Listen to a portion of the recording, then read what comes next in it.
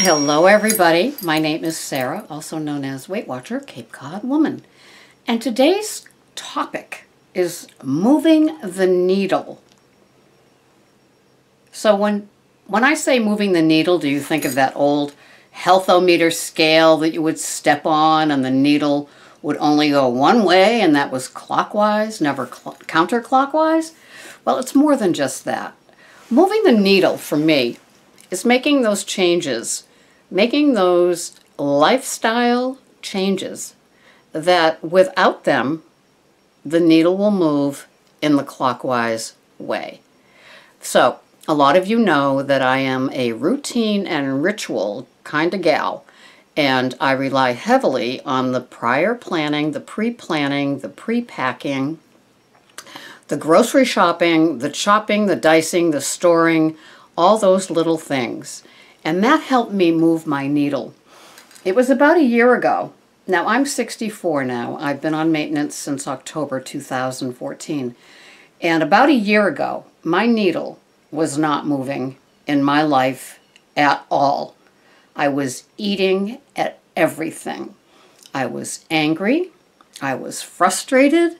I was venting to anybody that would listen to me. I was just not acting like a grown-up most of the time. And I don't know if you've ever eaten at somebody, something, or someplace, but what a waste, right? It just contributes to that self-loathing. And I don't think I have to tell any Weight Watcher about self-loathing, right? We weigh ourselves, maybe we've gained because we didn't track, we didn't measure, we didn't drink water, and we didn't trust the process. And so we look at that gain as an effort moment. And I'm just going to go eat. Because why bother? Because I've been doing this. And you go and you eat at it, right? Now the scale really will move clockwise. And then you get into that self-loathing. I blew it. What's the difference? And you forget to track for a couple of days. And then we see them. We see them on the Weight Watcher blogs. You know, it's like, oh, I stopped tracking. I've had a few rough days. I took the weekend off. You can't. I got news for you. Successful people on maintenance for a month, 2 months, 2 years, 20 years don't rely on not tracking, not measuring, not planning. They do not live life on a whim. You think those Weight Watcher leaders, which I'm not one, love to be one, but not one, do you think those Weight Watcher leaders don't have to track and be ever so vigilant? If you don't think they're under the eyeballs of both corporate and the groups, right? So picture yourself being lucky enough to be one of them, and how vigilant, how caring, how on it you have to be for yourself.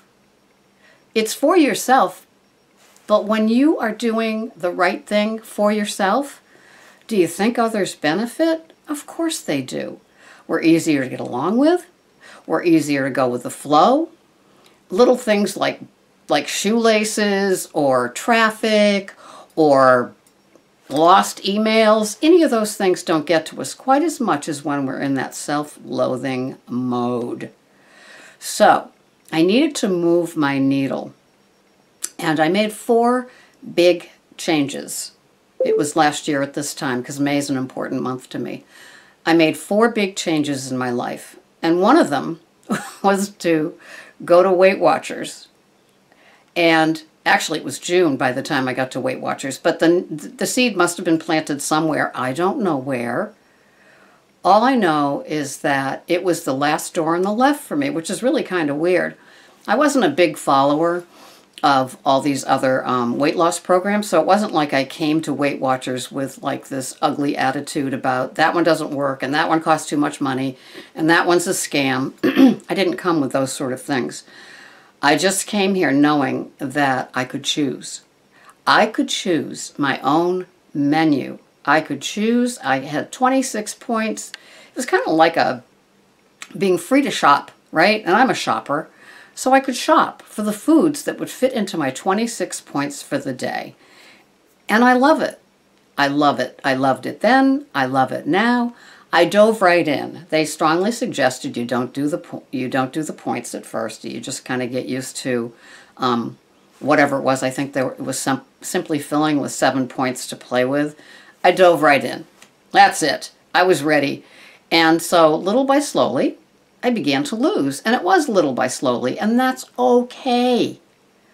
Little by slowly is okay. For some of you that think it should be an enormous weight loss out of the gate, you're going to be disappointed. It's a lifestyle. It's not until your sister's wedding and you want to fit in to that size dress that you wore to your high school prom. It's not going to be that way. It's going to be a slow and steady wins the race. You want to be a turtle. You want to be a turtle. Forget the hare. Forget the roadrunner. You want to be a turtle in this journey. Going slow. Methodically understanding what works for your body.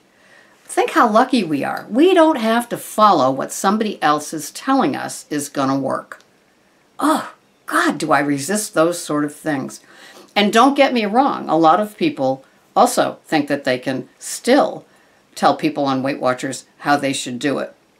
Some people love junk food. Some people like white flour, processed foods, lots of sodium.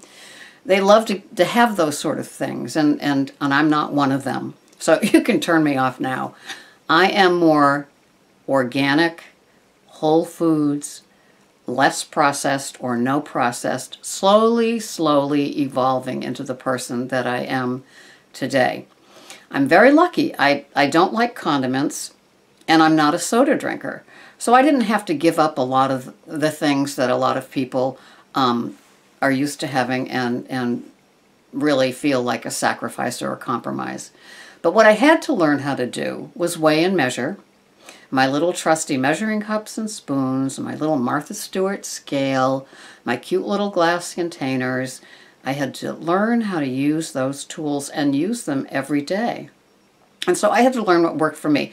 Some people can't eat a lot of fruit. Some people can't stomach vegetables. You know, what you're going to learn about yourself. You are going to learn what works and what doesn't. And the great thing about a tracker is if you go to your weigh-in or you do it the naked scale weigh-in like I do, then you could go back. If you're curious as to what caused the loss or what caused the gain, you can go back in your tracker and you can see what you ate the 7 days before, right? It's no mystery unless you're a snitcher or a shaver. And then, of course, you won't know the real truth because you're not really putting the real truth in. As if there's somebody going over your tracker, right?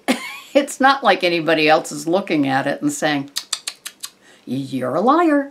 If you're lying to yourself, the scale is going to lie as well, okay? So if you have, let's say you have a weight loss. Say you have 0.8 loss for the week. That's fabulous, right? So go back and see what worked for you, you know. Was it less processed food? Was it less breads, even if they are weight conscious or point conscious breads? Was there less sodium in your diet, you know? Just go back and look. And some people say that even some of those artificial sugars can keep you bloated or, you know, add weight. It's been proven that they certainly trigger appetites, and that's what they want, of course, right? These food producers. But you can go back and look. If you gained, say you gained 0.8, don't go binge. Don't go whining. Don't go petulantly stamping your feet. You want to move that needle clockwise. So go back and look at what you had. You know, maybe you had a big food event and you had a no tracking day and you're paying for it now with the 0.8 gain. So, okay, get back on track. Drink more water. You know, be vigilant, right? Move your needle. Move your needle with your attitude. Move your needle with your food choices. And the needle will move in the right direction for you.